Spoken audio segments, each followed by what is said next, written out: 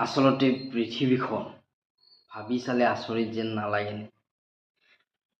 ভগৱানে কেনেকৈ সজাইছে পৃথিৱীখন? সকলো আছে তাত, কি নাই পৃথিৱীখনত?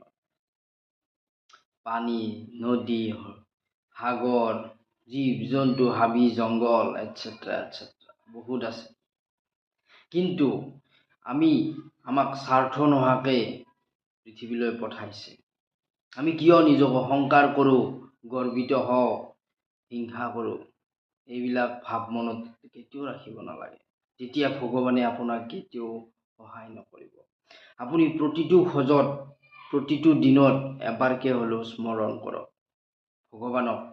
তেতিয়াহে আপোনাক সদায় নিস্বাৰ্থভাৱে ভগৱানে সকলোকে সহায় কৰি যাব। আপুনি কেতিয়াও বিপদত নপৰিব। সেইকাৰণে কৈছোঁ, ভগৱান নিস্বাৰ্থভাৱে স্মৰণ কৰক।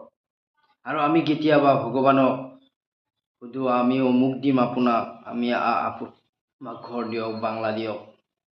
নাই, আপুনি নিজৰ কাম কৰক, ভগৱানক বিশ্বাস ৰাখক, নিজৰ ওপৰত বিশ্বাস ৰাখক। ভগৱান নিশ্চয় আপুনি বিচাৰি পাব। হয়তো দেখা নাই আপোনালোকে, কিন্তু তেখেতে চাই আছে সকলোকে।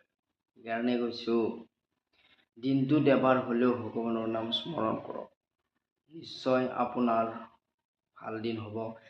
যদি আপুনি নিস্বাৰ্থভাৱে ভগৱানক বিচাৰে, নিশ্চয় পাব।